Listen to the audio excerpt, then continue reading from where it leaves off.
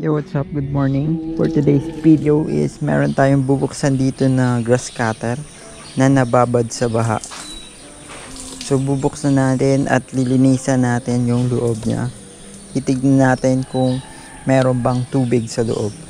Pero chinek ko naman yung oil niya.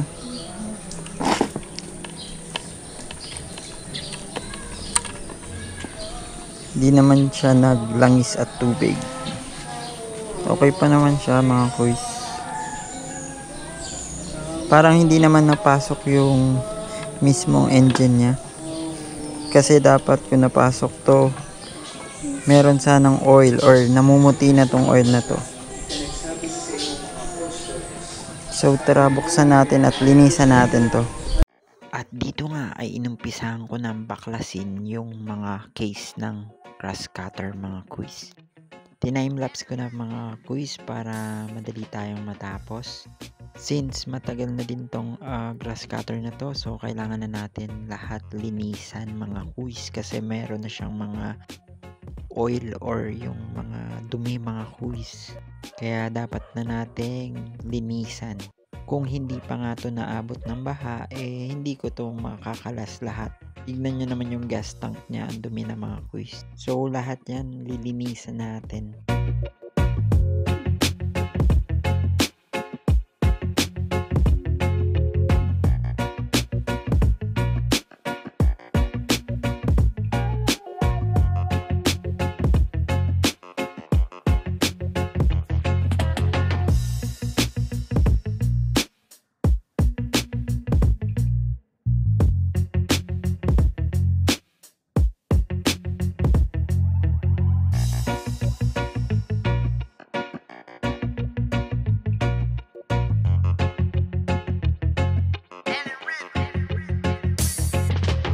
At dito naman niya ay yung carburetor na ng grass cutter mga kuys. Ingat-ingat lang sa mga pagbukas mga kuys kasi fragile to kasi may mga maliliit na part siya.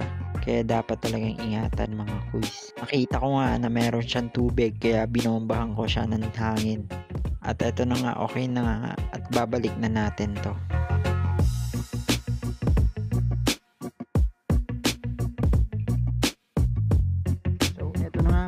Nalinisan ko na siya.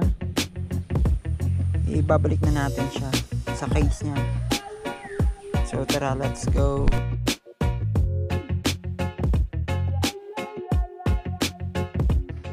Lagyan na natin ng gas.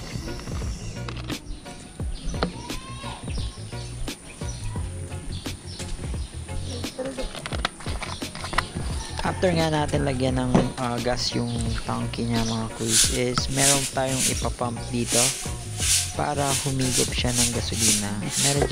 Meron sa card niya na yung parang pump.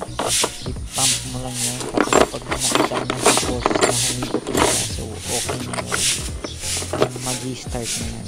Pag di mo kasi yung pinindot mga kuys, is may tendency hindi siya mag-start kasi wala pang gasolina.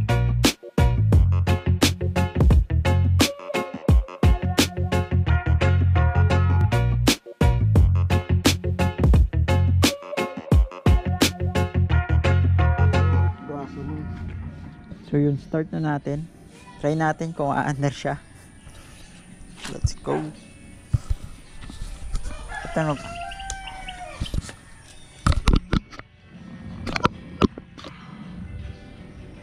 1, 2, 3.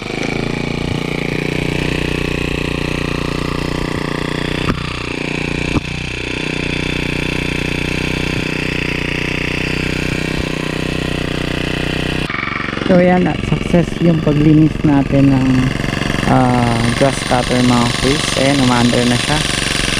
Yan po ay nababad sa baha. So yun, sana nag-enjoy kayo sa mga pinakita ko na paglinis ng makina ng grass cutter. Paki-subscribe mga kuys para sa more video na i-upload ko. At i-like nyo na din. Salamat. See ya. Peace out. Sheesh.